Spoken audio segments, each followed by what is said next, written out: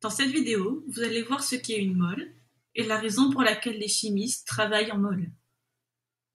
Une mole est tout simplement un nombre spécifique. Dans la vie de tous les jours, on peut demander 12 œufs ou une douzaine d'œufs, ou une paire de chaussettes pour 2, ou une rame de papier pour 500 feuilles. Une mole, c'est exactement la même chose. C'est juste un nombre qui vaut exactement 6,0 fois 10 puissance 23.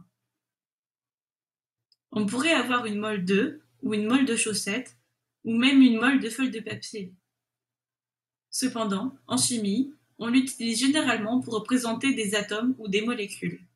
Les atomes sont si petits que c'est un terme pratique pour représenter les nombres très importants. Et une mole est un nombre très important. C'est 6,02 avec encore 21 zéros derrière. Juste pour vous donner une idée de l'immensité de ce nombre, si vous prenez une mole de bille, elle couvrirait non seulement l'ensemble de la surface de la Terre, mais elle la couvrirait sur une profondeur de 3,5 km. Comme vous pouvez le voir, une mole est un nombre astronomiquement grand. Cela s'explique par la taille incroyablement petite des atomes. Dans une bouteille d'un demi-litre d'eau, il y a un peu plus de 25 moles de molécules d'eau. Mettez cette vidéo en pause et utilisez une calculatrice pour essayer de deviner le nombre d'atomes contenus dans 25 moles d'eau. Souvenez-vous, une mole contient 6,02 fois 10 puissance 23 molécules d'eau. Normalement, la réponse que vous avez trouvée est 1,505 fois 10 puissance 25. C'est 25 moles multiplié par 6,02 fois 10 puissance 23. Et pourquoi on utilise le terme mole? C'est juste un moyen pratique pour quantifier les nombres importants. Il est bien plus facile de parler de 2 moles de sodium que de 1,204 fois 10 puissance 24 atomes de sodium. Et il est bien plus facile de dire une demi-mole d'eau que 3,01 fois 10 puissance 23 molécules d'eau. Complétons maintenant la fiche de cours. À retenir sur la mole. Le nombre d'entités microscopiques, que ce soit des atomes, des molécules ou des ions, dans un échantillon macroscopique est extrêmement grand. Pour faciliter ce décompte, les entités sont groupées en paquets, appelés moles. La constante d'Avogadro est le nombre d'entités contenues dans une mole.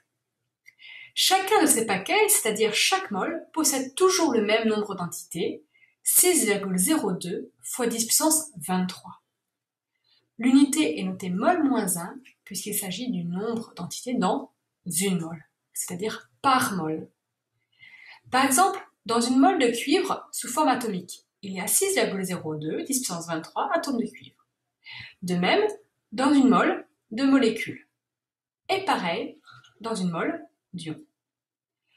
Pour compter le nombre de molécules, ou d'ions ou d'atomes présents dans un échantillon, on utilise la quantité de matière.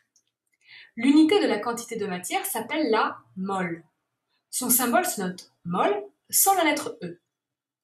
La quantité de matière correspond donc au nombre de moles présents dans un échantillon de matière. Prenons l'exemple d'un échantillon contenant plein de bonbons. Il y en a beaucoup, donc c'est difficile de tous les compter. On les regroupe alors par paquet, c'est-à-dire par mol. On en compte 4 paquets, donc 4 moles. Le nombre de bonbons total, qu'on note grand N majuscule, se calcule donc de la façon suivante.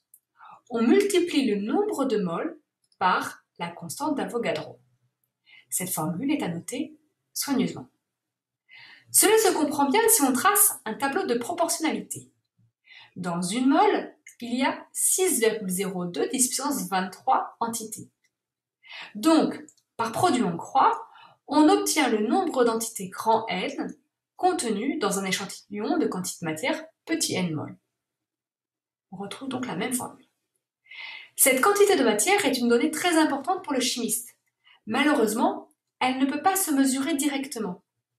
Nous étudierons donc dans une prochaine vidéo comment relier la quantité de matière à la masse d'un échantillon. Car la masse d'un échantillon est une grandeur mesurable.